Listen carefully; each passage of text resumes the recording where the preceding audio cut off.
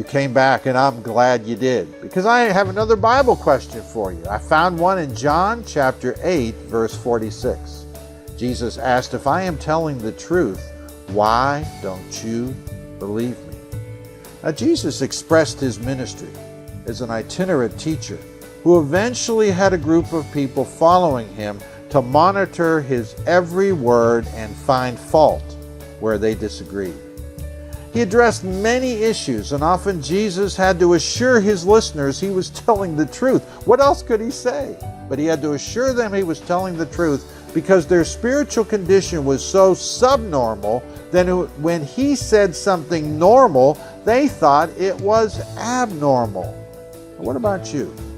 Do you consider what Jesus said about giving, forgiveness, or obedience, or some other issue an ideal and not a command to carry out? Are you ready to obey what Jesus said, even if it seems out of the realm of possibility for you to achieve? Now, I want to just go quickly to two other examples. One is in Matthew 17, verses 20 and 21. Jesus replied, "Because you have so little faith." This was in response to another situation. "Truly I tell you, if you have faith as small as a mustard seed, you can say to this mountain, 'Move from here to there,' and it will move. Nothing will be impossible for you." And the second passage, is just a chapter later in Matthew 18, verses 21 and 22. Then Peter came to Jesus and asked, "Lord, how many times shall I forgive my brother or sister who sins against me? Up to 7 times?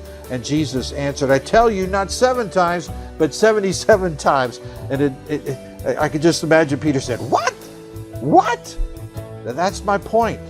That sometimes God's normal can seem so absurd, so beyond the realm of possibility, but I assure you it is not.